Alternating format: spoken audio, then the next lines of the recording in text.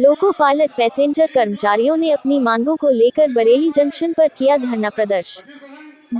आज बरेली जंक्शन पर loco pilot कर्मचारियों ने अपनी मांग लेकर धरना प्रदर्शन किया। वही जानकारी देते हुए लोको पायलट के अध्यक्ष सच चौरसिया ने जानकारी देते हुए बताया, अगर हमारी मांगों को पूरा नहीं किया 36 घंटे मेरा नाम एस के चौरसिया है, लोको पायलट पैसेंजर बरेली से अमरजीत सिंह की रिपोर्ट। संगठन में ऑल इंडिया लोको रनिंग स्टाफ एसोसिएशन का डिविजनल सेक्रेटरी मुरादाबाद मंडल का। क्या विषय है जो आज हम यहाँ पर इसलिए इकट्ठे हुए हैं, मेरा 36 घंटे का कंटिन्यूअस हंगर फास्ट चल रहा है बिना ट्रेन संचालन में अवरोध उत्पन्न किए हुए।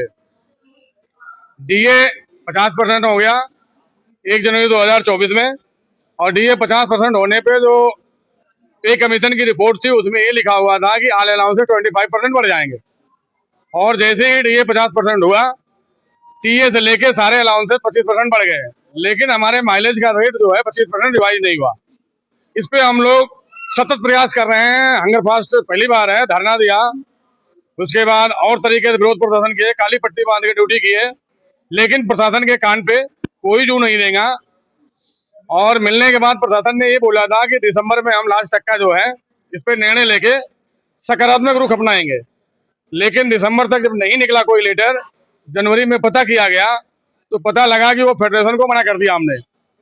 फिर उस लेटर को जो हम लोगों ने उसमें ग्रुपों में डाला, उसके बाद हमारी सेंट्रल वर्किंग कमेटी ने एक डिसीजन लिया कि 20-21 फरवरी 2025 में हम 36 घंटे के हंगर फास्ट पे रहेंगे।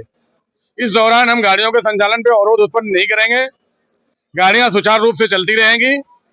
इसके बाद भी अगर प्रशासन नहीं मानती है तो आगे का कदम हमारा अनिश्चितकालीन धरना या हंगर फास्ट में बदलेगा, और आवश्यकता पड़ी तो रेल के चक्के को रोकने में भी हम सफल होंगे। और अगर मान जाते हैं, दे देते हैं तो ठीक है, अगर नहीं देते हैं तो रेल का चक्का जाम भी हो सकता है। कितने दिन में कर रहे हैं?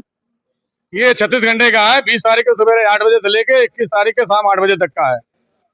गाड़ियों के संचालन पे अवरोध बिल्कुल नहीं उत्पन्न किया गया है, लेकिन अगर यही रवैया रही, जब हमारा स्टाफ फास्ट करते हुए गाड़ी चलाएगा तो कोई भी आदमी फास्ट करने की एक लिमिट होती है, जब वो लिमिट पार होगा तो बीपी, शुगर, सारी चीजें प्रॉब्लम होंगी, जो कि पब्लिक सुरक्षा के लिए भी खतरा पैदा कर सकती हैं। भी हम गाड़ी चलाएंगे, लेकिन रास्ते में अगर कुछ होता है तो उसका जिम्मेदार रेल प्रशासन होगा, हमारा स्टाफ जिम्मेदार नहीं होगा, ना हमारा संगठन जिम्मेदार होगा। क्योंकि इस बारे में हम लोग कई बार धरना देके रेलवे बोर्ड तक सूचित कर चुके हैं।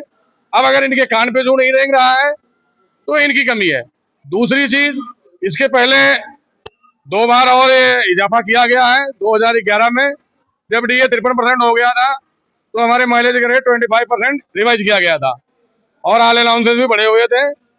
2014 में जब 100% क्रॉस किया तो फिर से 25% बढ़ाया गया, लेकिन अभी इनने जो है हम लोगों को जवाब लिखित में नहीं दिया, लेकिन फेडरेशन को इन्हें जवाब दिया कि इसका लिंक जो है डीए से नहीं है, आपकी मांग न्यायोचित नहीं है, इसलिए नहीं बढ़ा रहे हैं।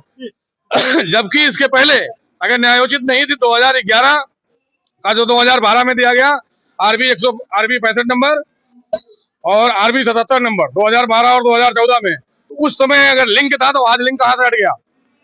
इसका मतलब साफ है कि रनिंग स्टाफ के साथ सौतेला व्यवहार है, जबकि रनिंग स्टाफ के भरोसे ही इंडियन रेलवे में गाड़ियां सुरक्षित चल रही हैं। जब कोई बात होती है, एक्सीडेंट होता है, तो प्रशासन बोलती है कि लोको पायलट नाम पूछो, गाड़ी लोको पायलट चला रहा था, लेकिन एक्सीडेंट से पहले सारी गाड़ियां अफसर और सुपरवाइजर चलाते हैं, और वही गाड़ी loco pilot station loco pilot चलाता है जिसका कोई कैजुअलिटी होती है। बाकी सारी गाड़ियां सुपरवाइजर से लेके अफसर तक चलाते हैं।